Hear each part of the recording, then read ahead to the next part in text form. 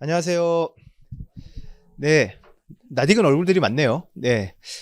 저는 그 FTA 관세무역연구원의 대표이사를 맡고 있고, 그 다음에 1차 무역영어를 담당하고 있는 김용원 관세사라고 합니다. 네, 반갑습니다. 네, 반갑습니다. 그래서 어제는 아시는 분은 아시겠지만 2차 시험 대비 설명회가 있었고, 오늘은 이제 1차 시험 대비 설명회를 진행을 하려고 합니다. 자, 오늘 혹시 관세사 처음이신 분 계세요? 저희 학원이거나 아니면 관세사라는 인종을 처음 본다. 아, 처음이세요? 어때요? 되게 웃으시네요. 농담이에요. 그, 관세사라고 하는 직업이 아직까지는 그렇게 많이 이렇게 알려져 있진 않아서 다른 자격사에 비해서. 그래서 약간 생소한 분들도 있으실 거고, 아예 관세사라는 사람을 직접 보지 못한 분들도 꽤 있으실 거예요. 네, 그래서 오늘 공부와 관련된 것도 있지만, 그 관세사라는 어떤 직업, 네, 하는 일, 이런 거에 대해서 질문을 하시면 제가 다 답변을 드리도록 하겠습니다. 자, 오늘 설명을 드릴 거는 관세사 시험에 대한 간단한 안내하고, 그리고 저희 교수님들 소개하고, 그리고 이제 내년 1차 시험까지 지금 한 7, 8개월 남았거든요. 그래서 남은 기간 동안 어떻게 이제 공부를 해야 될지, 거기에 대해서 설명을 드리고, 질문을 받고 마치도록 하겠습니다. 자, 저희 FTA 관세무역연구원은 일단은 관세사 또는 무역과 관련된 여러 가지 전문 자격증을 이제 과정을 운영하고 있는 그런 교육기관이라 보시면 되겠습니다. 그래서 관세사라든가 FTA 관세 전문가라든가 무역 자격증, 여러분들 많이 아시는 무역영어 검정시험, 국제무역사, 보세사, 그다음에 원산지 관리사 이런 것들을 지금 하고 있고, 그다음에 기업 실무자 과정도 여러분하고 상관은 없지만 기업 실무자 과정도 운영을 좀 하고 있습니다. 자, 그래서 우리나라에서는 관세나 무역과 관련된 최고의 학원이라고 보시면 될 것 같습니다.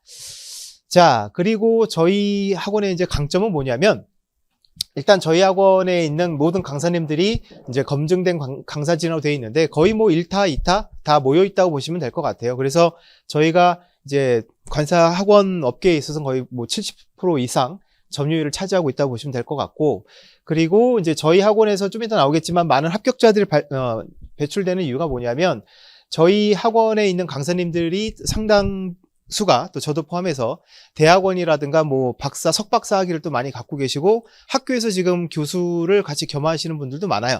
자, 이게 왜 중요하냐면, 이제 우리 관사 시험을 출제하는 분들이 다 교수님들이 출제를 하시잖아요. 그래서 요즘 학계의 어떤 트렌드라든가 이런 것들을 잘 반영해가지고 그게 이제 교육 과정이 잘 반영이 되기 때문에, 그래서 이제 좋은 결과가 있다라고 생각이 되고, 그리고 이제 제가 관사 시험 합격한 게 1999년이거든요. 16기 관세사예요. 혹시 99년생 계세요? 없나요? 네, 99년생이면 지금 몇 살인 거죠? 24? 5? 오, 나 늙었네. 관사시험 합격한 지 벌써 24년이 된 거네요. 네. 자, 그래서 제 기수, 동기, 아니면은 한두 해 선후배들이 지금 다, 관세업계를 평정하고 있는 관세법인들 있죠. 세인관세법인, A용관세법인, 등등등. 이런 관세법인들의 대표님들이 저랑 친구들 아니면 이제 형님들이거든요.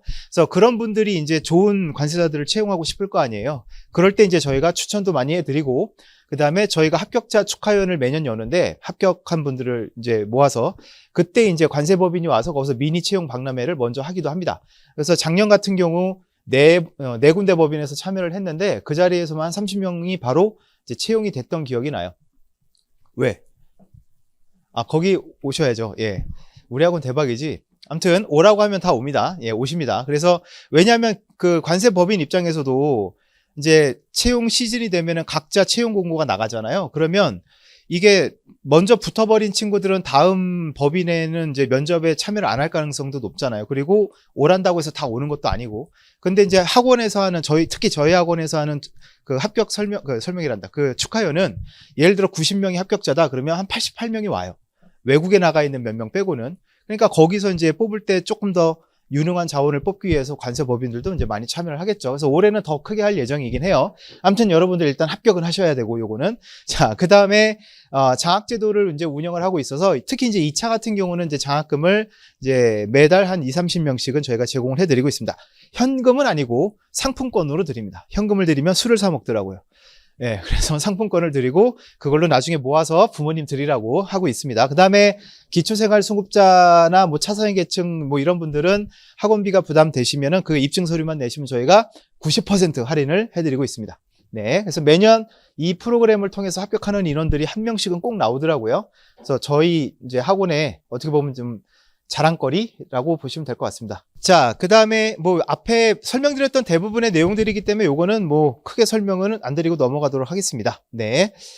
자, 그 다음에 이제 저희 학원이 2013년에 개원을 했고, 올해 이제 10년째를 맞이했는데, 2013년 이후 이제 14년도부터 저희 학원 출신 합격자들이 배출이 되기 시작을 했습니다. 그래서 과거에는 딱 90명씩 정해진 인원이 이제 배출이 돼서 그 안에서 뭐 78명 이제 시작하고, 밑에 있는 거는 이제 2차 모의고사 출신의 합격자를 의미를 합니다. 그래서 뭐 82명, 뭐 81명 계속 많이 배출이 되고 있죠. 그래서 2019년에는 이제 95명이 합격을 했고, 그 중에 이제 94명이 저희 학원을 수강했던 이력 있는 친구들이었는데, 안타깝게도 이제 2020년부터는 뒤에 배경에 보면 사진이 없잖아요. 그 이유는 뭘까요? 축하율을 못했어요. 왜 그랬까요? 코로나 때문에. 그래서 이때 37기 관세사들은 좀 약간 이것 때문에 우울해해요. 그 축하율을 하지 못했다는 저주받은 기수라고. 그래서 이제 2021년도에 살짝 풀리고 나서부터는 이게 가능해졌습니다. 그래서 38기인데 38기 같은 경우는 이제 축하율을 할 수가 있어가지고 이제 축하율을 했고요. 그리고 이제 작년이 대박이었죠. 갑자기 합격 인원이 169명이 배출이 됐습니다. 예, 그래서 2차 시험이 우리가 뭐 논술 시험으로 알려져 있는데, 일반적으로 논술은 여러분들 우리가 알잖아요, 논술. 내 생각을 주장을 쓰는 게 논술인데, 관세 시험은 사실은 논술 시험은 아니에요. 정확히 말하면 서술 시험이었고, 예, 본인이 공부한 걸 아는 걸 쓰는 거니까. 그랬다가 이제 지금은 어떻게 많이 바뀌고 있다? 서술이 아니라 단답형, 아니면은 이제 가로 넣기, 뭐 이런 시험으로 지금 바뀌어 버려 가지고요. 옛날에 서술식 시험일 때는 그 채점하는 교수님들의 재량권 이런 게 넓게 인정이 돼서 점수 조절이 가능했어요. 그래서 90명이라는 합격 인원 조절이 가능했는데, 이제 단답형으로 나오다 보니 그걸 다 정확하게 쓰면 점수를 깎을 여지가 없잖아요. 그러다 보니까 평균 점수가 60점이 넘어가는 분들이 너무 많이 나와버린 거예요. 깎을 수도 없고. 그래서 이제 작년에 그래서 이렇게 많은 인원이 배출이 됐고, 그래서 이제 업계에서는 뭐 수험생들도 마찬가지예요. 합격자들도 마찬가지. 뒤에 보시면 인원 자체가 어때요? 한 화면에 다 들어가지도 않죠. 예. 그러니까 저 인원들이 이제 한꺼번에 나오다 보니 일단 합격자들도 좋긴 한데, 이제 다음에 걱정거리는 이제 뭐가 되겠어요?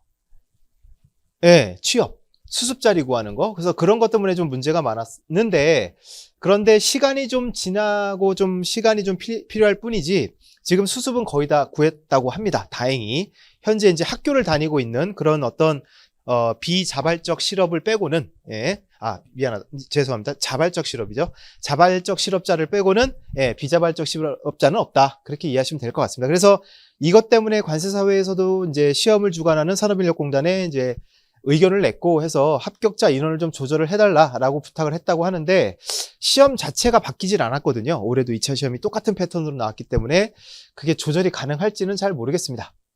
아무튼 그렇습니다. 자, 관세 자격 시험은 일단은 관세사라는 전문 자격을 배출하기 위해서 이제 국가가 정한 시험을 이제 관세 시험이라고 하는 건데, 자, 관세사라는 직업은 여기도 나와 있는데 잘 보이시나요? 네, 보통 우리가 관세와 무역과 관련된 유일한 국내 국가 전문 자격사다 이렇게 얘기를 하는데, 사실 무역 전문가라고 하긴 좀 그렇고, 우리가 관세사가 무역 회사는 아니거든요. 예. 그래서 정확하게 말하면 관세사는 통관의 전문가라고 보시면 될 것 같습니다. 통관.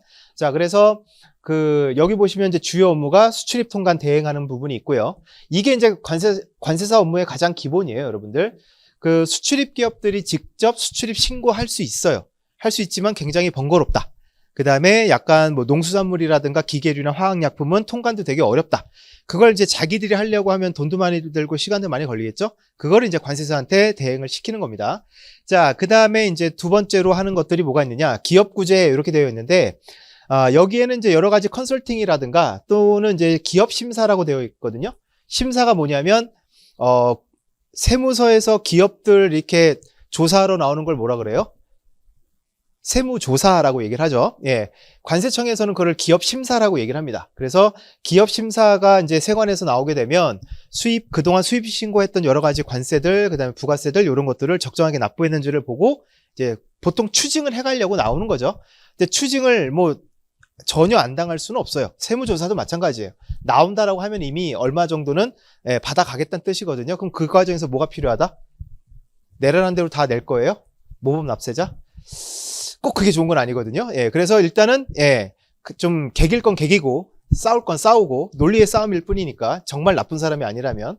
그래서 그 부분에 있어서 관세사가 개입을 해가지고 우리 고객들의 어떤 추징 금액을 낮춰주는 그런 역할을 하는 게 이제 이쪽 기업 구제 쪽이다 보시면 되겠습니다. 그 다음에 뭐 AEO라든가 이런 부분은 또 컨설팅 업무가 또 들어가고요. 그리고 FTA 활용 지원 이런 것들이 이제 FTA에서는 굉장히 크게 이제 도움이 되는 부분이에요. 사실은 앞에 부분들은 뭐 기업 심사의 어떤 추징액을 줄여주는 것 외에는 기업 입장에서 당장 돈이 되는 업무는 아닌데 FTA 같은 경우는 잘 활용을 하게 되면 이건 이제 국제 물류하고도 관련이 돼 있는 겁니다. 무슨 말인지 아시겠어요? 잘 모르시나? 자, 제 앞에 관세사 처음이라고 하신 분 전공이 뭐예요? 컴공? 오, 공대가 왜 여기에 기웃거리죠? 여긴 우리 영역이거든요. 우리는 일단 기본적으로 수학 잘하는 사람들에 대해서 약간 반감을 가지고 있어요. 문돌이들은. 그건 알고 계세요? 아, 모르셨어요? 자, 아무튼 그 FTA라고 하면 일단은 갖고 계신 생각이 어떤 부분이 좀 많아요? FTA. 오. 어렵다? 예를 들어서 우리나라가 중국이랑 FTA를 한다. 그렇게 되면 일단 우리는 대부분 수입 부분에 있어서 고민들을 많이 해요. 그죠? 우리나라 관련 산업들이 피해를 받는 거 아니냐. 그 다음에 농수산물 같은 게 막 들어오면은 이게 문제되는 거 아니냐. 사실 그런 부분들은 우리나라 어떤 정부가 여러 가지 안전조치를 취하고 검사를 한다든가 해가지고 이제 방어할 부분이고, 관세사들이 생각해야 될 부분은 뭐냐면, 자, FTA라는 게 뭐냐면 여러분들 통관이 없어지진 않아요. 그죠? 통관을 하는데 이제 세금, 관세를 인하해 주거나 이제 면제해 주는 거거든요. 자, 그러면은 우리나라도 거꾸로 이제 수출하는 사람들이 있을 거 아니에요. 무슨 말 이해되셨죠? 그러면 우리나라 제품이 중국에 수출해서 들어갈 때 메이드 인 코리아로 인정이 돼야 관세를 면제받으면서 우리나라도 이제 기업들도 거기서 이제 경쟁력이 생기는 거잖아요. 그러니까 중국이라고 하면 좀 그렇긴 하지만 한미 FTA가 이게 되게 컸어요. 우리나라 수출 기업들. 우리나라인데 기업들이 다 지금 공장이 어디에 많아요? 우리나라보다는 저기 뭐 동남아나 중국에 많잖아요. 심지어 개성공단이 있을 때는 개성공단에서 만들어진 물품을 메이드 인 코리아로 인정해 줄 거냐 말 거냐가 되게 큰 협상 카드였거든요. 자, 근데 그것만 된다면 그 업체한테 관세사들이 제안을 하는 거죠. 공장을 옮겨라. 옮기게 되면은 그것으로 메이드 인 코리아로 인정이 된다면 미국에 들어갈 때 여러 가지 세금 혜택이 있잖아요. 그게 더 클지 아니면은 그냥 지금처럼 관세 내고 들어가는 게 나은 건지, 그런 것들을 이제 기업들은 관심이 많겠죠. 그래서 그런 것들을 이제 컨설팅을 해주는 게 이런 업무라고 보시면 되겠습니다. 자, 그래서 관세사라고 하면은 단순히 통관 대행에서부터 여러 가지 컨설팅, 그런 아니면 또 대행 이런 것들을 해드리기 때문에 무역이 솔직히 말하면 지금은 좀 우리나라 무역이 이렇게 쪼그라들고 있는 건 다들 뉴스 보셔서 아시죠? 무역량 자체가 매우 줄고 있습니다. 수출 수입 모두 다. 무역 수지도 좀 안 좋아지고 있고요. 아무튼 이거는 언젠간 개선돼야 하긴 하겠지만 무역이 지속되는 한 관세사의 일은 계속 될 거다. 그렇게 생각하시면 될 거고. 자, 관세 시험은 1년에 이제 한 번 치러지게 됩니다. 그래서 2월 초에 또는 1월 말에 원서 접수가 시작이 되고, 시험 공고는 전해 12월이면 나옵니다. 그래서 내년 시험은 올해 12월이면 공고가 뜰 거예요. 그래서 3월 중순에 1차 시험을 치르고요. 6월 달에 2차 시험을 치릅니다. 어떤 분들은 요 1차, 2차를 잘 모르시는 분들은 똑같은 시험을 2번 치른다고 생각하시는 분들이 있더라고요. 그 개념이 아닌 거죠. 그래서 1차 시험은 객관식이고, 이거를 합격한 분들에 한해서 2차 시험을 이제 주관식 시험을 치를 수 있는 자격이 생기는 거니까요.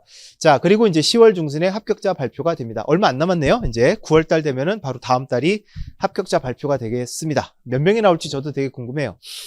자, 그리고 시험 과목은 이제 총 4과목인데, 이 시험 과목은 뒤에 나오니까 거기서 좀 자세하게 설명을 드리도록 하겠습니다.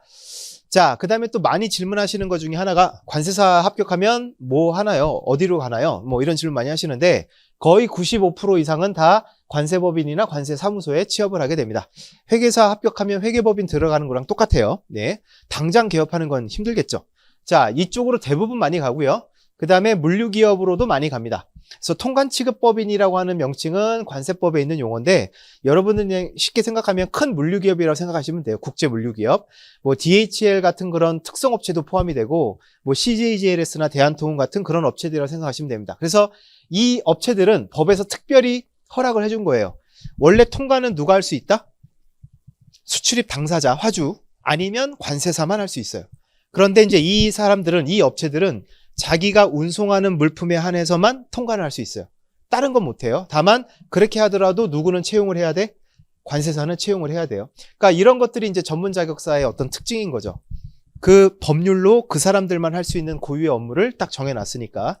자, 그렇고 그 다음에 수출입 대기업에도 수요가 좀 있긴 한데 그래도 아무래도 수출입 대기업 같은 경우는 이제 경력직을 좀 필요로 합니다. 그래서 신입관세사들은 일단은 이쪽에 진출을 해가지고 일을 배운 다음에 나중에 이제 이직을 하는 걸 생각을 하시면 될 것 같고, 관세직 공무원 시험 응시 뭐 돼 있는데, 이번 정부 들어서 공무원 숫자를 이제 줄인다고 이제 선언을 했고, 실제로 있는 사람들을 자를 수는 없잖아요. 그래서 지금 어떤 방식으로 되고 있어요?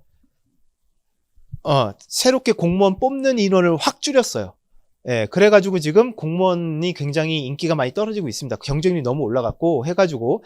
그래서 여기에 보면은 이제 관세직 공무원 시험을 보시게 되면 관세사 자격이 있을 때는 가산점이 몇 점? 예, 5점이 제공이 되죠. 그래서 굉장히 뭐 좋은 거긴 한데 모르겠습니다. 지금은 너무 문이 좁아져가지고 이게 또 공부를 해야 되다 보니까 빡세게 해야 되다 보니까 이쪽으로 가려고 하는 분들은 지금 많이 없는 것 같아요. 네. 자, 그 다음에 법무법인에서도 그러니까 많지는 않아요. 가끔 뽑을 때가 있어요. 가끔. 그래서 이거는 나중에 뭐 진출의 한 방향으로 생각은 안 해보시는 게 맞는 것 같고, 이거는 뭐 일반적인 어떤 루트가 정해진 건 아니기 때문에 오히려 회계법인 쪽에선 요즘에 심사나 컨설팅 쪽으로 관세사들을 많이 뽑고 있는 추세이긴 합니다. 연봉이 관세법인보다는 좀 더 많이 준다고 해서 인기가 높긴 한데, 근데 뽑아가는 인원은 좀 한정적이긴 해서, 네. 뭐 저런 부분도 있다. 그렇게 보시면 되겠습니다. 자, 그 다음에 뭐 향후 10년간 관세사 직업 전망인데 고용정보원에서 나오는 발표에 의하면 뭐 다소 증가할 것이다. 요건 근데 2019년 전망이라 교역량이 증가할 거다 이렇게 돼 있는데 지금은 약간 줄어들고 있긴 하지만 뭐 결국 늘겠죠. 언젠가는. 계속 이렇게 무역이 쪼그라들면 우리나라 망한다는 뜻이니까 그렇게 되면 안 되겠죠. 자, 그 다음에 작년에 합격하신 분들에 대한 분석하고 이제 여러 가지 이제 그 통계들을 좀 볼 겁니다. 지금 제일 밑에가 잘 안 보이실 텐데 올해 40회 시험에 1차 시험 그러니까 접수하신 분이 2,180명이에요. 그런데 시험에 응시를 하신 분들, 시험장에 나타나신 분들이 1,635명이에요. 그러니까 2,200명 가까이가 시험 접수했는데 시험장에 나타난 거는 1,630명. 그러니까 거의 한 400명 넘는 인원이 뭐 한 거예요? 노쇼 한 거예요. 예, 뭐 하는 걸까, 이분들은? 자, 아무튼, 그래서 1,600명이 시험을 보러 왔는데, 그 중에 405명이 합격을 했습니다. 합격률이 한 25% 정도가 되는 거예요. 그리고, 우리가 1차, 저희 학원 같은 경우 1차 전체 패키지가, 패키지 이름이 뭐죠? 몰라서 묻는 건 아니에요. 뭐죠? 어제 마라탕 드신 분? 1차 패키지 이름이 뭐예요? 온라인. 아, 몰라요?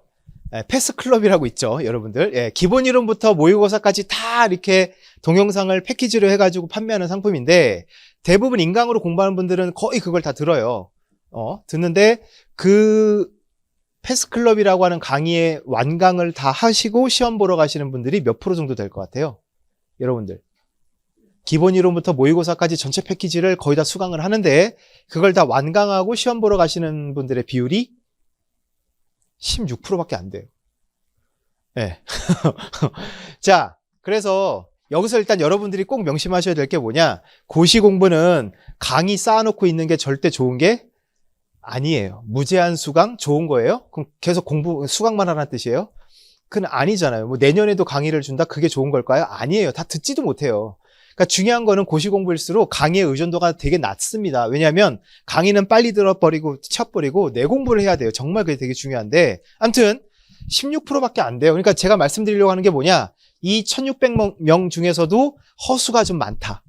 그래서 이 합격률 25%라고 하는 합격률이 실제로는 낮은 게 아니라 더 높을 수도 있다라는 거죠. 왜냐면 분모 자체가 1600명이 아닐 수도 있는 거니까 꽤 높은 거예요. 공부 좀 열심히 하면 1차는 5, 6개월 정도 열심히 하시면 정말 금방 붙을 수 있어요. 자, 그 다음에 2차 시험, 올해 2차 시험 대상자가 이제 전년도 2차 합격자하고 그 다음에 올해 합격자 합친 숫자가 이제 802명이에요. 그런데 실제 시험장에 나타난 거는 639명. 그나마 이제 1, 2교시 끝나고 짠 사람들이 한 20명. 그래서 3, 4교시까지 남은 사람들 한 610명 정도인데, 자, 이 610명도 사실은 앞에 올해 1차 합격한 분들은 사실 공부를 많이 못한 상황일 거잖아요. 그러다 보니까 이게 실제 경쟁률, 분모가 되는 건 아니라는 거죠. 그래서 여기 보시면 2차 합격률도 지금 보시면 1차랑 별 차이가 없어요. 왜냐하면 2015년이 피크였습니다. 1차 시험 접수자가 3,860명, 거의 4,000명에 육박했어요. 이때는 경쟁률이 되게 높았는데 지금 거의 반 가까이 줄은 상태예요. 2,100명이 올해 1차 응시를 했으니까. 그러다 보니까 지금 합격자는 뭐 줄어드는 게 아니고 오히려 늘었기 때문에 합격률은 되게 올라가고 있다. 지금이 어떻게 보면 기회라고 제가 계속 말씀을 드리고 있어요. 왜냐하면 이게 흐름이 있거든요. 그래서 지금은 좀 내려오는 골짜기 단계라면 조만간 이제 올라갈 타이밍이 올 거거든요. 왜냐하면 관세사가 쉽대 라는 소문이 날 거 아니에요. 지금 회계사, 세무사, 노무사, 법무사, 간평사 이쪽은 인원이 응시인원이 되게 많이 늘었거든요. 정말 늘었어요. 근데 이제 그 친구들이 공부하다가 이건 좀 빡센데 회계하기 너무 힘든데 라고 하는 친구들은 야, 관세사가 좀 합격률이 높다는데 라고 한다면 또 우르르 언젠가 몰릴 거거든요. 걔네들은 정말 회계학 쉽게 풀겠지. 아, 짜증나. 혹시 수학 좋아해요? 수학 좋아하는데 어떡한데, 어떻게. 자, 전 극혐인데요. 자, 암튼, 근데 저도 좀 바보 같은 게 수학이 싫어서 문과를 갔는데 세상에 경제학과를 갔잖아요, 제가. 그래서 군대를 빨리 갔죠. 이건 아닌 거다 싶어가지고. 암튼, 그래서 저는 관세 공부할 때 좀 재밌었던 기억이 나요. 2차 공부할 때 특히. 자, 그 다음에 이제 넘어갑니다. 자, 작년에 합격하신 분들 169명 기준으로 말씀을 드리면, 자, 거의 반반이라고 보시면 될 것 같습니다. 남성, 여성 비율이 반반이고, 그 다음에 연령 비율은 뭐 다들 예상하시겠지만 20대가 압도적으로 높습니다. 75%가 20대, 그 다음 30대도 많이 질문들을 하시거든요. 근데 거의 뭐 25% 정도 차지할 만큼 꽤 숫자가 되고, 작년 같은 경우는 50대도 한 분 계셨었습니다. 네. 자, 이런 정도 비율이고, 그리고 동차와 유예 비율 이렇게 되어 있는데, 동차와 유예라는 의미는 다 아시죠? 동차는 같은 해에 1차, 2차를 한꺼번에 붙는 경우를 말하는 거고, 유예는 1차 시험 합격 후에 뭐 다음 해에 2차를 합격하는 경우를 말합니다. 아무래도 유예가 더 유리하겠죠? 그래서 유예 비율이 훨씬 높고, 자, 그 다음에 공부 기간이에요. 자, 보시면은 노란색 25%에 해당하는 부분이 24개월 미만. 오우씨. 그래서 평균은 31개월로 나오거든요. 하지만 24개월, 그러니까 이분들이 대부분 이제 이 유예로 깔끔하게 붙은 분들이라는 거죠. 적지 않아요. 적지 않아요. 그 다음에 3년, 36개월 미만, 뭐 3동차가 될 수도 있고요. 그래서 이런 분들 다 포함하면은 3년 미만 다 합치면 52%. 그래서 관세사 수험 기간이 뭐 30 몇 개월이다, 3년이다, 뭐 이렇게 생각하시고 공부를 좀 천천히 하려고 하시는 분들이 있어요. 그러면 된다, 안 된다? 안 돼요. 나는 무조건 내년에 합격한다, 무조건 내년에 합격한다. 이렇게 공부를 해야 이걸 3년 안에 털고 나갈 수 있는 거지. 어차피 3년 걸린대. 라고 하면서 천천히 하다 보면은 그분들이 이제 점점점 뒤로 밀리는 거예요. 이해되셨죠? 그래서 여기 보면은 최소 공부 기간이 14개월, 18개월 이런 분들도 있는데 이런 분들을 너무 쫓으려고 하지 마시고, 일반적으로 우리는 52%에 해당하는 3년 이내에 끝내는 부분들, 이런 부분에 빨리 우리가 들어가기 위해서 좀 노력을 하셔야 될 것 같습니다. 그래서 지금 1차를 많이 하시지만 1차 공부할 때 조금 내가 시간이 남는다면 틈틈이 2차를 봐두시는 것도 지금 필요해요. 이해되셨죠? 놀 시간이 없어요, 여러분들 지금. 자, 그 다음에 동차생들은 아무래도 뭐 짧은 기간에 공부를 하신 분들이 동차로 합격하기는 힘드니까 대부분은 장수생이라고 보시는 게 맞을 거예요. 자, 넘어갑시다. 우린 장수생 할 거 아니잖아. 보지 말자고요. 왜 웃죠? 미래의 본인을 보는 것 같아요, 여기. 그러지 마. 저도 몇 년씩 학원 다니는 친구들 보면 좀 싫어요. 서로 부담되잖아요. 되게 우리가 못 가르친 것 같고 크잖아. 그러니까 여러분들 빨리빨리 붙어서 나가는 걸로 합시다. 예, 서로 길게 오래 볼 사이는 아니에요, 우리는. 자, 그 다음에 나중에 그러니까 합격하고 빨리 나가버리고 나중에 결혼할 때 청첩장 보내. 그럼 화환 하나 보내줄 테니까. 그리고 우리 사이는 끝인 거야, 여러분들. 계속 몇 년씩 얼굴 볼 사이는 아니니까. 자, 그 다음에 이제 요거는 작년 합격자들의 점수인데, 합격자들이 많이 나온 이유가 점수가 60점 평균 넘는 분들이 많아서 그렇다고 그랬죠. 그래서 과목별 점수를 보면 뭐 점수가 꽤 높아요. 60점이 넘는 분들이 꽤 많아요. 그리고 이 밑에 있는 건 전체 평균 점수예요. 근데 이 점수, 평균 점수에는 그냥 시험 삼아 보러 온 친구들의 점수도 다 녹아 있는 거기 때문에 뭐 크게 의미가 있는 점수는 아닌 것 같긴 합니다. 근데 여기 지금 보면 HS가 가장 편차가 크죠. HS라는 과목 아세요? 혹시 아세요? 컴공? 과목 전혀 그냥 온 거예요. 1차 과목만? 네. 아무튼 2차에 넘어가시게 되면 이 공부를 계속 할지 말지에 대해서 이제 고민을 하게 만드는 애가 얘예요. 처음에 보면 되게 막막하거든요. 그냥 표예요. 번호 있고 품목 있고 번호 있고 품목 있고. 근데 그걸 그냥 외워야 되는 시험으로 지금 바뀌어가고 있거든요. 그래서 얘네들은 썰이 안 통하는 과목이에요, HS는. 그러다 보니까 평균 점수가 제일 낮죠. 바로 유예로 본 친구들은 아예 하나도 쓸 수가 없었을 테니까. 그래서 이거는 뭐 우리한테 의미가 없으니까 빨리 넘어갑시다. 그 다음에 이 부분은 출신 학교별 합격자 현황인데, 뭐 건국대가 작년엔 1등을 했습니다. 저 끝에 있는 학생 되게 웃는데? 네, 건대예요. 자랑스러워요. 혹시 무역학과예요? 건국대는 건관회라는 사조직이 있는 거 알아요? 그것도 알아요? 거기 들어가려고? 알겠습니다. 저도 건관회인 거 아세요? 네, 알겠습니다. 그때 봬요, 그러면. 자, 아무튼, 근데 이거는 매년 똑같은 게 아니에요. 뭐, 엎치락뒤치락 해요. 그래서 상위권에 있는 학교, 건국대, 중앙대, 경희대, 동국대, 숭실대, 외대, 이 학교들이 사실 번갈아 가면서 1등을 계속 바뀌기 때문에, 뭐, 전통 있는 학교들은 매년 저 숫자는 배출을 하는 것 같습니다. 자, 뭐, 그렇고요. 그 다음에 온오프라인 어떤 게 또 좋으냐. 그러니까 왜냐면 이런 것들이 다 질문을 많이 하시니까 미리미리 이제 설명을 드리는 건데, 자, 작년 합격자 기준으로 말씀을 드리면, 여기에 이제 노란색 부분 64%에 해당하는 부분들이 온라인으로만 수강한 분들이에요. 물론 2차 모의고사는 오프라인밖에 없습니다. 일반 강의를 말씀을 드리는 거예요. 자, 그 다음에 뭐 100% 오프라인은 아니어도 오프라인을 병행한 분들이 전체 합격자의 36%예요. 그럼 요것만 놓고 보면 이 온라인 수업 들은 분들의 비중이 높으니까 온라인만 들어도 상관없겠네 라고 생각하셔도 돼요. 그럴 수도 있는데 여기에 이제 맹점이 하나 있는 게 뭐냐면 전체 숫자 중에 비중은 온라인만 들은 분들의 비중이 높아요. 왜? 그런 분들이 많으니까. 근데 합격률을 따져보면 자, 온라인 저희가 이제 판매한 숫자가 요 정도 3,600개 정도인데 그 중에 92명이에요. 그러면 합격률이 몇 프로? 2.5%밖에 안 돼요. 근데 오프라인 수강자들은 수가 좀 적겠죠. 489명인데 그 중에 51명이 나왔어요. 합격률로 보면은 16%예요. 그러니까 이렇게 보면 약간 좀 내용이 좀 달리 보이시죠? 무슨 말인지 아시겠죠? 그래서 뭐 여건이 안 되시는 분들이 뭐 힘들게 억지로 뭐 오프라인을 들으시란 얘기는 아니고 집이 코앞인데도 나는 집이 편해 이러면서 온라인 듣는 분들이 많아요. 뭐 편한 거 인정. 그 다음에 또 하나가 뭐냐면 더 효율적이니까 학원 왔다 갔다 시간 버리니까 라고 또 생각하면서 온라인을 들은 분들이 있어요. 자, 그것도 좋은데 중요한 건 뭐냐? 오프라인을 오게 되면 수업 시간 3시간 동안은 집중을 하거든요. 그래도. 예.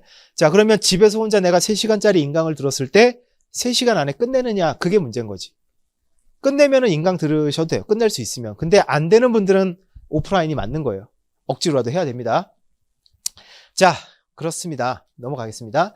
자, 과목별 교수진 소개로 넘어가면 1차는 저희 같은 경우 과목별로 교수님들이 2분씩 계세요. 그래서 관세법에는 구민혜 관세사님하고 윤준필 관세사님이 계시고 무역영어는 저하고 유샘나 관세사 둘이 있고요. 그러니까 여러분들은 수강 신청하시게 될 때는 과목별로 강사님들을 선택을 이제 하셔야 됩니다. 자, 그 다음에 회계학에는 유지연 회계사와 김성수 세무사 2분이 담당하고 계시고 내국소비세법은 또 유지연 회계사와 이경신 세무사 2분이 담당을 하고 계십니다. 그래서 뭐 이런 말 많이 해요. 뭐 국임이유, 국임유유 뭐 그건 우리 F학원에 다니는 사람들만 아는 어떤 명칭이에요. 뭔지 아시겠죠? 선택을 해야 되니까 이 성 따서 예를 들어서 관세법의 구민의 관세사다. 무역영어의 김영호이다. 그럼 국임. 예, 뭘 국이지? 아무튼 국임. 그 다음에 회계학은 유지연이다. 그럼 유. 그 다음에 내구소비세법 이경신이다. 그러면 국임 유이. 뭐 이렇게 불러요. 아무튼, 나만 아는 건가? 왜 다 모른 척 하지? 예, 그렇게 부르더라고요. 자, 그러고, 올해 1차 시험이죠. 올해 1차 시험에 대한 간단한 분석이에요. 자, 올해 1차 시험 같은 경우 보면 남성과 여성 비율을 봤을 때, 남성이 뭐 조금 많긴 하네요. 52%. 그 다음에 여성 비율은 뭐 47%. 근데 거의 5대5에서 왔다 갔다 한다 보시면 되겠고, 연령은 1차 같은 경우는 좀 버라이어티 합니다. 20대부터 60대까지도 있습니다. 1차 합격자들은. 그래도 압도적으로 20대가 제일 많고요. 자, 그리고, 자, 1차 시험의 과목별 평균 점수 이렇게 나와 있는데, 이건 다 아실 거예요. 관세사 1차 시험의 가장 어려운 과목은 뭐다? 네, 회계학이다. 그래서 회계학의 평균 점수가 꽈락 점수가 나와요. 37점. 그래서 한 52%? 예, 52%인가가 아마 올해 회계학 꽈락 때문에 떨어지신 분들이에요. 그래서 회계학 공부는 정말 여러분들 열심히 해 놓으셔야 됩니다. 정말로. 그 다음에 이제 두 번째로 꽈락률이 높은 게 이제 꽈락률이 점수가 낮은 게 무역영어라고 보시면 되겠고요. 관세법하고 내국소비세법이 비슷하네요. 근데 원래 예전에는 관세법이 좀 되게 높았습니다. 그래서 회계학의 40점, 40점 언저리의 점수를 평균을 관세법이 올려주는 역할을 했는데 요즘에 또 관세법이 그렇게 생각보다 쉽지가 않아요. 예, 그리고 내세법도 쉬운 듯 하면서 까다로운 과목이고 그래서 여러분들은 전략을 세우실 때 어떻게 해야 돼요? 무조건 회계학은 40점을 당연히 넘어야 되고 예, 그럼 40점 넘은 부분에 있어서 다행이면 그 점수는 일단 뭐가 올려줘야 되고 관세법이 올려줘야 되고 자, 그 다음에 무역영어랑 내세법은 어떻게 해야 되죠? 서로 패를 끼치면 안 돼요. 각자 도생해야 돼. 각각 60점이 넘어줘야 돼. 만약에 관세법 80 몇 점, 회계학 40점 이렇게 맞았어요. 근데 무역영어가 50점 나와버리면 큰일 나는 거예요. 그러면 이제 내국세를 70점, 80점 이상 맞아줘야 되는데 그게 쉽지가 않거든요. 그래서 초반에는 회계학을 열심히 좀 해놓으시고 나머지 과목은 튼순히 돌아가면서 좀 하셨으면 좋겠습니다. 자, 그 다음에 꽈락률은 뭐 여기 나와 있네. 57%네요. 꽈락률이 회계학이. 좋겠어요, 컴공. 좋겠어요, 컴공. 예. 혹시 영어도 좋아해요? 에? 아, 그래요? 잘하는 거예요? 그건 아니고요. 아니, 가끔 이제 보면 수학 잘하는 이과생들이 오면 회계학은 되게 재밌다고 얘기를 해요. 그래서 되게 부러워하는데, 근데 질문을 받아보면요, 시는 공평한 게 무역영어를 되게 힘들어해요. 이과생들은. 예, 무역영어를 되게 힘들어하더라고요. 그래서 속으로는 되게 통쾌했거든요. 질문, 제가 무역영어 강사니까 질문하러 올 거 아니에요. 그러면 설명은 해주긴 해주지만, 짜식. 쉬운 줄 알았지? 짜식. 막 이런 생각이 들긴 하던데, 공평한 것 같긴 하네요. 자, 뭐 1차 시험 통계인데, 뭐 어느 정도는 설명을 다 드렸으니까 넘어갈게요. 이 부분은. 네. 자, 넘어갑니다. 자, 1차 시험 과목 안내. 자, 시험 과목은 1차만 보고 오셨다고 했는데, 자, 이건 다 아실 거예요. 자, 1교시, 2교시 80분씩 2교시로 이제 진행이 되고, 1교시에는 관세법하고 무역영어가 이제 시험 과목이 되겠고요. 자, 그 다음에 쉬는 시간 지나고 나면 2교시에는 내국소비세법하고 이제 회계학이 이제 시험인데, 1교시 때는 사실 그렇게 큰 이슈는 없습니다. 문제 이슈는 요거죠. 회계학. 네. 그래서 회계학이 40점이 그러니까 넘어가냐, 안 넘어가느냐. 이건 언제 할 수 있을까, 우리가? 또 이런 질문 많이 하시는데, 2교시 시험이 1시 전에 끝나요. 그러니까 관세 1차 시험은 어떻게 보면 좀 허무해요. 정말 밤잠 설쳐가면서 막 한 6개월, 7개월을 공부를 했는데 2교시 보고 12시, 1시도 안 됐는데 집에 가래요. 자, 끝! 집에 가! 그럼 되게 허무해요. 왜냐하면 80분 동안 내가 열심히 풀었냐? 그게 아니거든. 찍었거든. 특히 여러분들 회계학은 사람마다 차이가 있겠지만 시간이 이제 촉박하니까요. 아예 문제도 못 보고 답안지에 한 번으로 미는 문제의 숫자가 한 15문제, 10문제, 이게 평균이에요. 20문제씩 찍고 나오는 친구들도 있어요. 그러니까 이런 친구들은 시간이 워낙 촉박하니까 내가 몇 번으로 밀었는지를 시험지에 체크를 하고 나와야 되는데 못하고 나와. 그럼 내가 몇 번을 찍었는지를 몰라. 그러면 시험이 끝나고 한 3, 4시면은 가답안이 나오거든요. 그럼 채점을 해야 되잖아요. 합격, 불합격을. 근데 너무 많이 한 번으로 밀어버리고 나온 친구들은, 또 기억이 안 나는 친구들은 합격, 불합격 여부를 몰라요. 그러니까 여러분들 한 번으로 밀더라도 시험지에 마킹을 해서 나와? 그래야 알 수 있어. 그게 좀 잔인하지 않아요? 저 시험 보고 나서는 가답안이 없었어요. 그냥 한 달 있다가 합격자 발표가 났거든. 그럼 한 달은 아무 생각 없이 놀았어. 근데 이거는 그날 오후에 나와. 진짜 되게 잔인하죠. 아무튼 예, 항상 뭔가 전산화가 되고 뭔가 빨라지는 게 꼭 좋은 것만은 아닌 것 같긴 한데 아무튼 그날 바로 알 수 있습니다. 합격 여부는. 자, 그리고 관세법 개론 속에 나와 있는데 일단 관세법이라는 이제 법이 있고요. 우리가 보통 새끼 과목이라 하는 과목이 있어요. 그게 1차에서는 FTA 특례법이라고 해요. 2차의 관세법은 새끼 과목이 관세환급 특례법이 따로 있고, 그래서 요거는 이제 따로따로 이제 수업을 들으셔야 돼요. FTA 같은 경우는 보통 연말이나 연초에 개강이 됩니다. 자, 그래서 관세사와 뭐 직접적인, 그죠? 관련이 있는 과목이니까 중요하고, 2차에도 연결이 되니까, 예, 되게 중요합니다. 다만 이제 점수가 잘 나오니까 쉽다라고 생각하는 분들이 좀 많긴 한데, 2차까지 생각을 한다면 그래도 좀 확실하게 해놓는 게 좋아요. 자, 그 다음에, 무역영어는 무역 실무 부분하고 그 다음에 국제거래에 적용되는 여러 가지 이제 협약, 국제협약을 배우는 건데 요즘에는 국제협약이 거의 90%라고 보셔도 됩니다. 그러면은 무역영어 관련해서 이제 많은 질문을 하는 분들이 뭐냐? 저는 영어를 너무 못합니다. 영어 공부 손 놓은 지 뭐 20년이 됐습니다. 그런 분들도 있어요. 그럼 저는 어떻게 해야 됩니까? 라고 얘기를 많이 하는데 어떻게 해야 될까요? 어떻게 해야 될까요? 앞에 분들 다 영어 공부해봐서 무역영어 어떻게 해야 될까요? 영어 잘해? 여기는? 문과라 잘해? 아, 또 그건 아니야? 아, 마라탕 먹었는데 시켜가면서 선생님 드실래? 한마디 없더라고. 그래서 내가 삐져서 하는 얘기가 계속. 어떻게 니들만 먹니? 자, 아무튼 제가 뒤끝이 좀 있습니다. 네, 마라탕 세 자매? 뭐라고 해야 되니? 자, 아무튼, 내가 지금 영어 실력을 키워가지고 무역영어 공부를 이렇게 번역을 해가지고 해석을 해서 공부하는 거는 힘들겠죠. 근데 다행인 건 뭐냐면 무역영어 관세사 시험의 무역영어는 국제협약에서 많이 나온다고 했지 않습니까? 이 말은 뭐냐? 시험 범위가 정해져 있는 거예요. 양은 많지만. 그래서 내가 영어를 아예 못하고 내 힘으로 해석이 안 된다 하더라도 그냥 외워버리면 돼요. 무식한 방법이지만. 근데 이게 불가능할 것 같죠? 돼요. 그런 사람들을 제가 몇 분 봤어요. 3대 협약이라고 하는 국제협약이 몇 가지가 있는데 그거를 원문을 아예 외워버리신 분을 제가 실제로 봤어요. 그분은 고졸이에요. 상고 나왔어요. 그래서 그리고 이제 30대 중반이었어요. 금융권 이제 다니시다가 이제 고졸이고 하다 보니까 이제 더 이상 버틸 수가 없어서 제2의 이제 직업을 알아보다가 이제 관세사로 오신 건데 그나마 이제 신용장 업무나 은행 업무는 해보셨으니까 이쪽이 메리트가 있다고 해서 오셨는데 이제 시험이 태클을 거는 거죠. 회계학도 그분 잘해요. 근데 문제는 뭐냐? 영어 공부를 한 지 손뗀 지가 거의 20년이 다 돼가는 거예요. 그래서 그분은 외우시더라고요. 아무튼 그런 방법이 있다. 그렇게 이해하시면 되겠습니다. 영어 못해도 할 수 있다는 얘기예요, 결론은. 자, 그 다음에 내국소비세법은 수입되는 물품에 부과되는 세금이 관세만 있는 게 아닙니다. 부가세, 그 다음에 좀 비싼 사치품 같은 경우는 개별 소비세라는 게 있고요. 술 같은 경우는 주세가 있죠. 그래서 이런 것들을 이제 배우게 되는데 전체 가장 큰 비중이 높은 거는 이제 부가세법이라고 보시면 될 것 같아요. 그래서 이것들은 뭐 담당 강사님 말씀으로는 1차 과목 중에 고득점을 노릴 수 있는 효자 과목이라고 이제 망발을 하셨는데 누군지 얘기 안 할게요. 근데 이거는 그분이 강사니까 할 수 있는 말이고 실제 시험에서는 그렇지 않습니다. 70점만 받아도 정말 대성공하는 과목이라고 보셔도 돼요. 자, 그렇게 보시면 되겠고. 자, 그 다음에 회계학. 이거는 뭐 말해 뭐해. 그죠? 예. 자, 그래서 기본 이론 시간에는 재무회계를 중심으로 강의가 이루어지고요. 그 다음에 원가 회계는 별도의 강의가 따로 열려요. 이건 따로 이제 여러분들 수강을 하셔야 되고 시험에는 이 두 개가 같이 나옵니다. 그래서 원가 회계를 한 10문제 정도가 나온다고 보시면 될 것 같아요.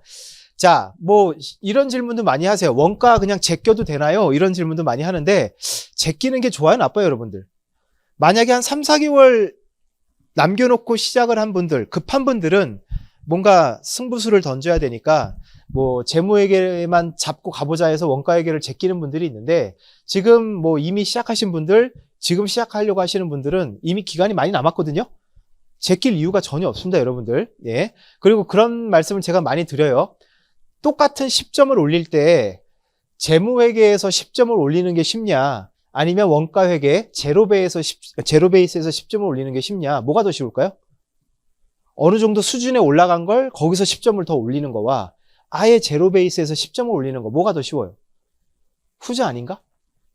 그잖아요. 시험 점수라는 게 어느 단계까지는 쉽게 올라가지만 그 이상으로 올라가려면 더 많은 노력을 해야 된다는 걸 우리가 알잖아요.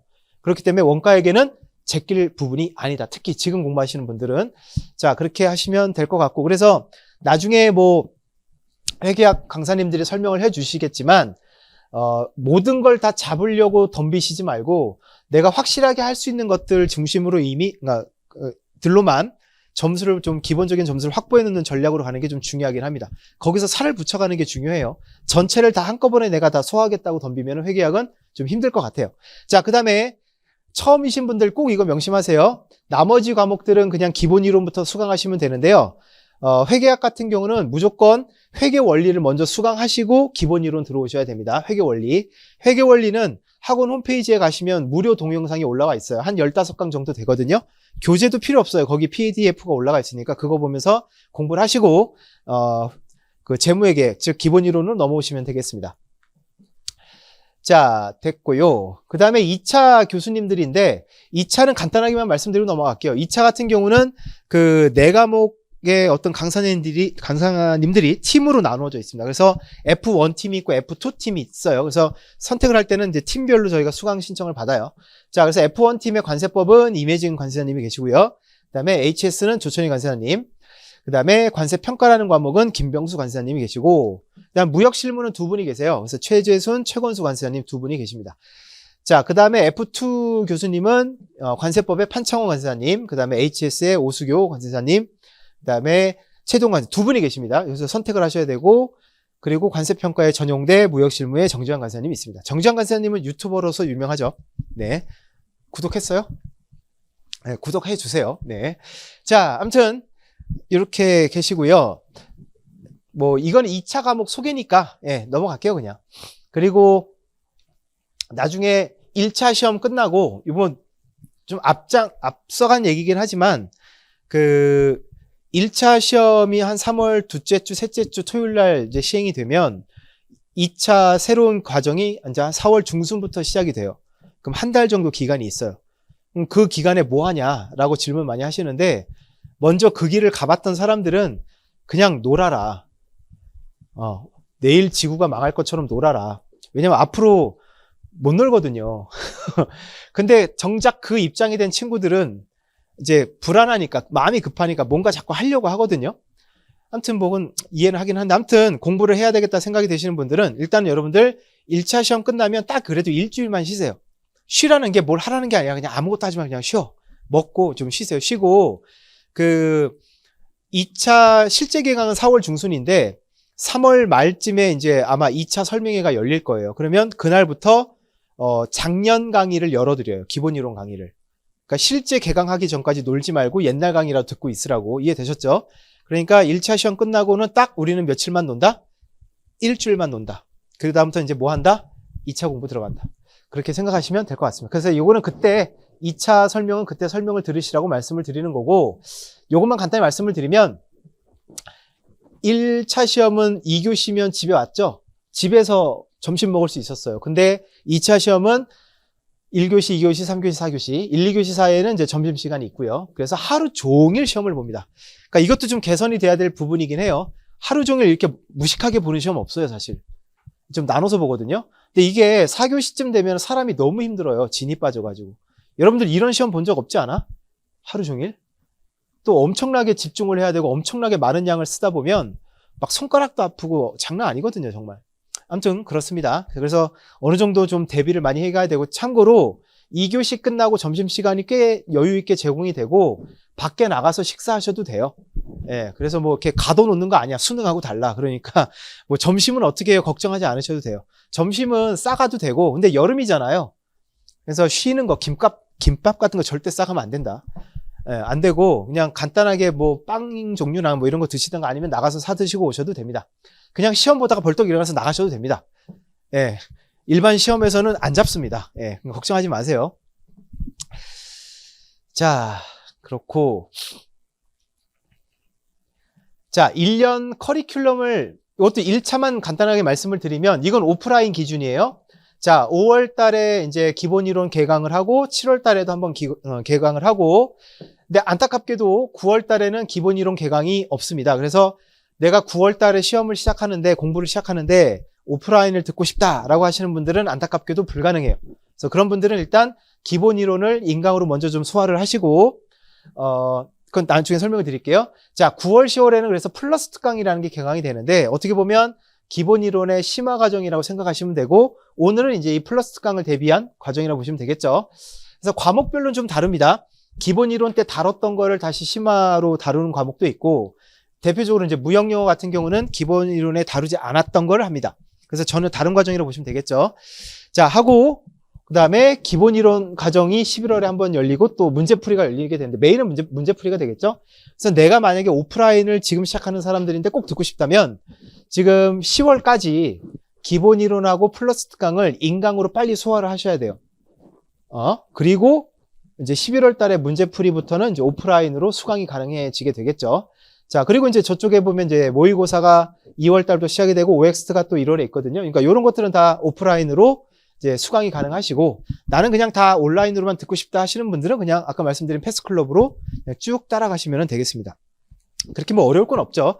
그 다음에 여기 온라인 단기 합격반이라는 게 있는데, 요거는 1월 달에 사정상 공부를 시작하시는 분들이 있어요. 네, 그래서 패스클럽은 너무 들을 게 많다. 그러니까 그냥 간단하게 기본 이론 문제풀이만 해달라. 그래서 이제 급조해서 만든 상품이에요. 그래서 요것만 보시고, 3개월 단기에 공부하면 합격이 되는구나 라고 생각하면 된다, 안 된다? 안 된다. 그분들은 1월 달에 와서 나 공부할래, 듣게 해줘, 이런 분들을 위한 거예요. 이해되셨죠? 여러분들은 저거 신경 쓰시면 안 돼요. 우린 지금 이걸 다 해야 되니까. 자, 뭐 이 정도로 하시면 될 것 같고요. 뭐 2차도 간단히 설명을 드리면, 말씀을 드렸죠. 4월에 기본 이론 개강이 돼요. 근데 무역 실무가 워낙 양이 많아서 3개월, 거의 2달 반 과정이 기본 이론 과정이에요. 그리고 7, 8월 달에는 심화 이론이 있고, 그 다음에 9, 10월 달에는 이제 기출 실력이라 해서 그러니까 기출 문제 특강이 있고요. 11월, 12월의 맵은 요건 이제 문제풀이라고 보시면 돼요. 그러니까 2차는 거의 1년 내내 커리가 있습니다. 그리고 이제 굉장히 힘든 구간이죠. 1월부터 6월까지 2차는 모의고사가 6개월간 진행이 됩니다. 근데 저거는 일주일에 하루 와서 시험 보는 거기 때문에 사실 6개월 동안은 거의 일주일 중에 6일은 자기 공부할 시간이 보장되는 거예요. 그래서 집중적인 암기는 모의고사 때부터 해도 크게 늦진 않으니까 너무 2차 공부 시작할 때부터 내가 답안지를 채워야 되겠다는 강박관념 때문에 그냥 암기부터 하시는 분들이 많거든요. 근데 암기만 어떻게 1년 동안 해요, 여러분? 그건 아무도 그렇게 공부 못 하거든요. 그래서 기본 이론이라든가 심화 이론까지는 내가 이해를 하고 이 뜻이 이제 무슨 뜻인지, 전체적인 구조는 어떻게 되는 건지를 좀 파악하는 기간으로 삼는 게 되게 중요합니다. 이건 또 2차에서 설명을 드릴게요. 자, 그래서 지금부터 공부하시는 분들을 위한 트랙이 한 3가지가 있긴 한데요. 일단 가장 일반적인 건 제일 위에 거라고 보시면 되겠습니다. 말씀드린 회계원리를 8월 달에 수강하고, 그 다음에 9월, 10월, 요거는 이제 온라인 과정이라고 보시면 될 것 같아요. 9월, 10월에 기본 이론 들으시고, 11월, 12월에 플러스 특강 원가 얘기를 같이 빨리 들으시고, 그 다음에 1, 2월 달에 문제풀이, 그 다음에 3월 달에 모의고사. 그러니까 전 과목을 다 들을 수 있는, 전 과정을 들을 수 있는 마지막 단계가 지금이라고 보시면 될 것 같아요. 여기서 이제 조금이라도 늦어지면 한두 과정은 빼먹어야 됩니다. 다 못 듣게 돼요.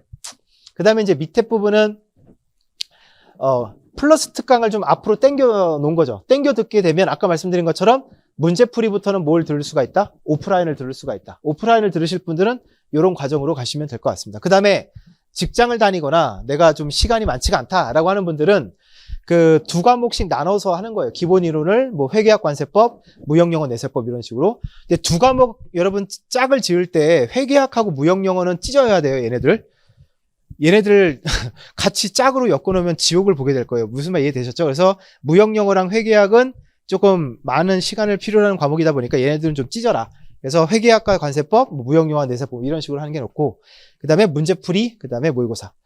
그래서 플러스 특강이나 이런 것들은 좀 과감하게 좀 생략하는 과정이라고 보시면 되겠죠. 이런 건 이제 직장인들 같은 경우 보시면 될 것 같습니다. 자, 그 다음에 앞으로 공부를 어떻게 할 거냐, 그냥 큰 그림인데요. 공부를 어떻게 시작하든 간에 늦어도 12월까지는 이론에 대한 기본 개념 정도는 다 숙지를 하고 넘어가셔야 됩니다.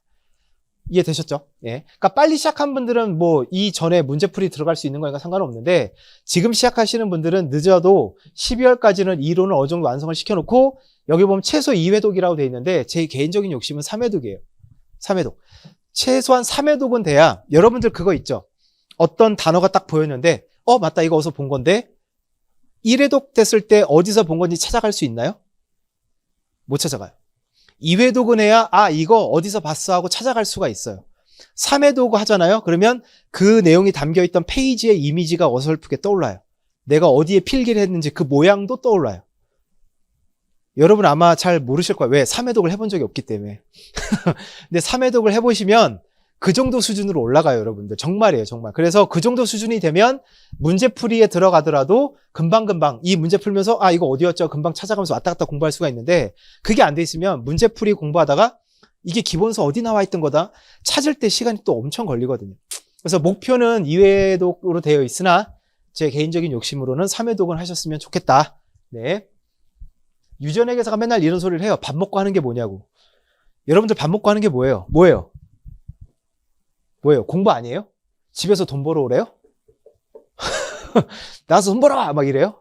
그렇지 않지 않나? 여러분 하는 게 공부밖에 없지 않나? 그럼 지금부터 공부하면 3회독 좀 빡세게만 할 수 있어요. 해보시기 바랍니다.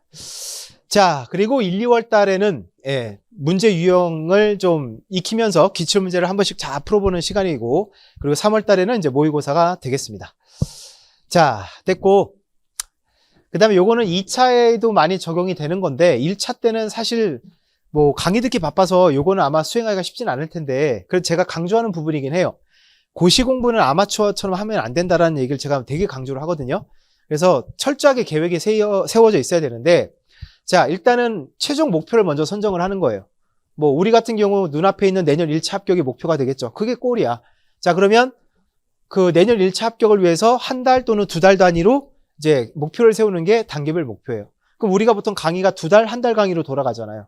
그게 이제 단계별로 목표를 세우는 거고, 자, 세부 일정은 뭐냐? 이건 1일 주간 계획이에요.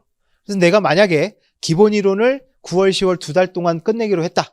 그게 이제 단계별 목표라면 주간 시간표 짜고요. 그 다음에 매일매일 내가 몇 강씩 다 들어야 이게 다 2달 안에 소화가 되는지가 나올 거 아니에요. 그러면 그날 정해진 거를 다 끝내면 그날 공부가 끝나는 개념이에요. 그러니까 몇 시간을 공부해야 돼요? 라고 물어보면 안 돼요, 고시생은. as much as possible 아닐까? 그렇지 않을까? 예, 고시생이 몇 시간 공부해요? 쟤네들은 8시간 공부하고, 순 공부 시간 평균 몇 시간 공부해요? 그게 왜 궁금하지? 남들이 8시간 공부하면 나도 8시간 공부하고 말 거야? 그건 아니지 않나? 남들이 8시간 한다고? 그럼 난 10시간 해야 되지 않나? 근데 남들이 8시간 하니까 8시간 정도만 하면 괜찮다라고 생각을 하는 것 같아. 그러면 장수생 가는 거예요. 우선 이해됐죠? 그냥 그게 중요한 게 아니라 내가 할 수 있는 한 최대한 많이 하는 거예요. 죽기 전까지. 이 이상 공부하면 나 죽을 것 같아 라고 하는 생각 되는 순간이 있거든요. 그 전까지 나는 최대한 공부해야 돼요. 그래야 빨리빨리 합격을 할 수가 있습니다. 그래서 이 부분들을 이렇게 제가 말씀드린 방식대로 시간표를 짜다 보면 거의 10시간, 8시간은 채워질 거예요, 아마. 시간으로 보면. 시간을 정한 건 아니지만. 그래서 그거를 빨리빨리 소화하고, 왜냐면 그렇게 약속을 해놓잖아요. 내가 이 공부를 빨리 끝내야 내 취침 시간이 당겨지잖아. 이해돼요? 그럼 나도 모르게 열심히 하게 돼요. 시간을 채우게 되면 그냥 시간 대충 채우다 집에 가거든요. 그게 아니라 공부량으로 설정을 해놓게 되면, 이거는 굉장히 스스로도 어떤 그 공부를 하게 되는 어떤 요인이 되게 돼요. 저 같은 경우는 그랬던 것 같아요. 자, 이제 플러스 특강 얘기를 할 거예요. 자, 아까 말씀을 드린 것처럼 기본 이론 때 다뤘던 거를 좀 심화해서 다루는 게 있고, 어떤 과목은 다루지 않은 걸 다룬다 말씀을 드렸는데, 자, 관세법 100점 목표 심화 특강. 예. 그래서 구민의 관세사님 같은 경우는 100점 목표로 해가지고 심화.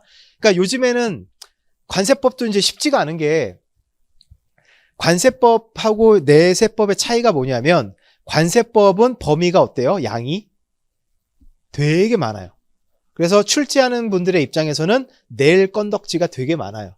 그래서 되게 구석탱이에서 막 이제 내기 시작을 해요.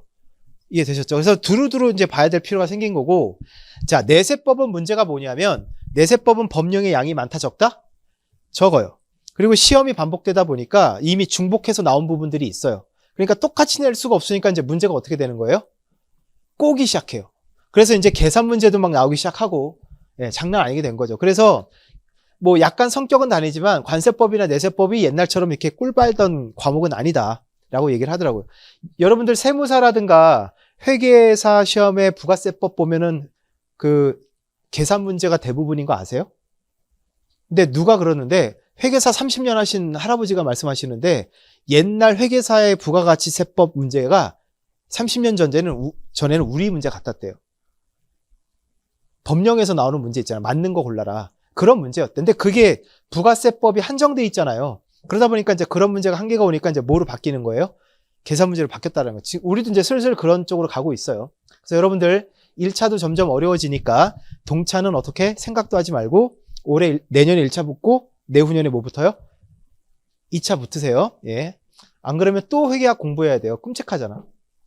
자, 플러스 특강은 유셈나 관세사가 개강을 안 하고 이제 저 혼자 하게 되는데, 자, 그래서 유셈나 관세사나 저나 기본 이론은 거의 똑같이 이제 운영이 됐기 때문에 그 기타 회박은 아마 충분하게 다루지 않았을 거예요. 그래서 무역영어만큼은 이제 그 플러스 특강 때 운송보험이나 이런 기타 회박 특강을 이제 들어가도록 할 겁니다. 자, 내국소비세법 같은 경우는 여기 나와 있지만 계산 문제, 그다음 지엽적인 부분을 보충을 하신다고 얘기를 하네요. 그 다음에 회계학은 이제 재무회계 특강을 이제 한다고 하시고요. 워낙 뭐 회계는 할 게 많으니까. 네. 자, 됐습니다. 넘어가고. 참고로 플러스 특강은 일주일에 하루 강의만 해요. 기본 이론은 일주일에 2번씩 강의했잖아요. 과목별로. 그래서 플러스 강은 일주일에 하루만 강의를 하다 보니까 여러분들 복습할 시간도 좀 많이 있을 거예요. 그래서 기본 이론 좀 부족한 부분을 플러스 강 때 보충하시는 시간으로 삼으시면 될 것 같습니다.